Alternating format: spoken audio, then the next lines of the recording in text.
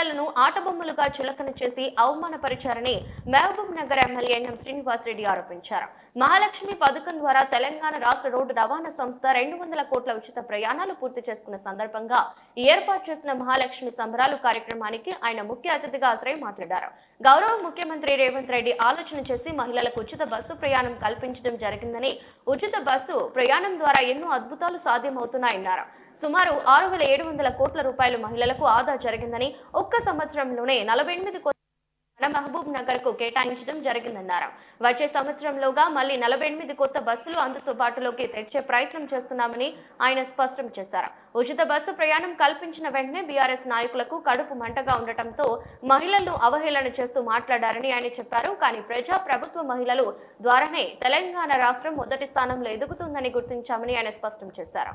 మహిళలే మాకు శక్తి, మా ధైర్యమని, మీ ఆశీర్వాదం మాకు ఎల్లవెల్లా ఉండాలని ఆయన ఆకాంక్షించారు. ఫ్రీక్వెంట్ ట్రావెలర్ ఎవరు, రెగ్యులర్ గా పోయేటోళ్ళు ఎవరు?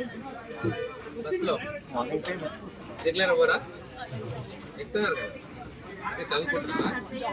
ఏడమ్మా హైదరాబాద్ ఫ్రీక్వెంట్ ట్రావెల్ చేస్తుంటారు. వీక్లీ ఎన్నిసార్లు పోతారు హైదరాబాద్? సాటర్డే, ఫ్రైడే, సాటర్డే వస్తారు, మళ్ళీ వెళ్ళిపోతారు. ఫ్రీ బస్ గురించి ఏమనుకుంటున్నారు? ఇంతకుముందు అయిపోయి లెక్క ఎంత అవుతుండే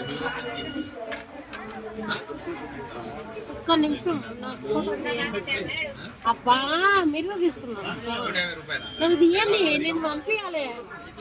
ఇప్పుడు 150 పోనీ 300 ఇప్పుడైతే ఫ్రీనే. Very good, thank you.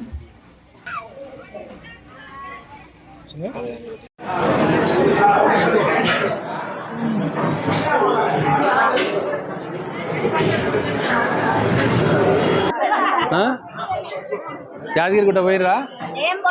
పోండి, మన గ్రూప్ వేసుకొని పోండి మంచిగా. ఆ రోజు వస్తేగా మళ్ళీ ఎవరు ఫాలో అప్ చేయలేదమ్మా, చేయాలి. నాకు గుర్తు చేస్తామంటే పని అవుతా ఉంది. సరే సరే బాబు. భాగ్యలక్ష్మి ముందుకు రావాలమ్మా.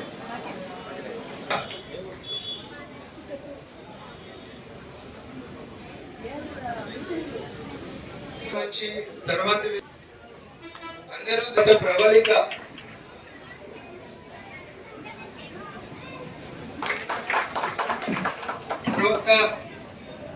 కొన్ని సంవత్సరాలు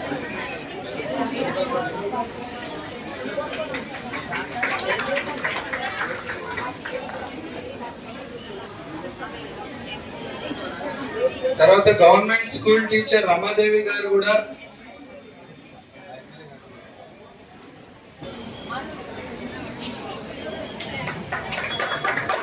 అలాగే గవర్నమెంట్ స్కూల్ టీచర్ విజయ్ గారు ముందుకు రావాల్సింది. తర్వాత వీరు కూరగాయ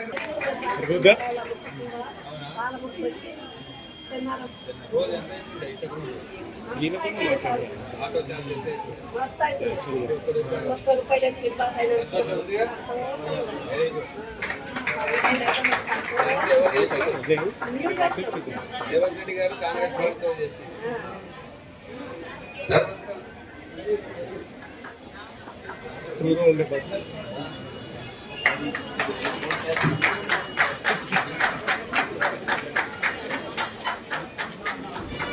ఇక్కడ మేడం మేడం ఒక నిమిషం.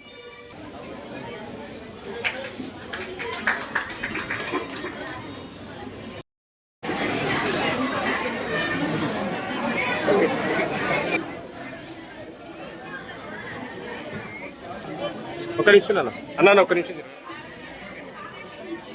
ముందుగా అతిథులకు ఆనరబుల్ ఎమ్మెల్యే గారికి ఇన్ఛార్జ్ ఆర్ఎం గారు బొకే ఇవ్వాల్సిందిగా కోరుతున్నాం.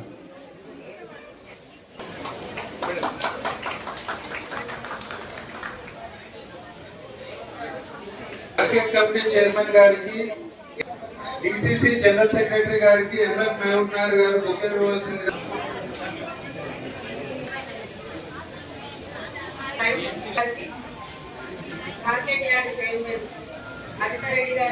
జరుగుతుంది. ఈ అవకాశాన్ని మాకు ప్రభుత్వం కల్పించినందుకు మేమందరము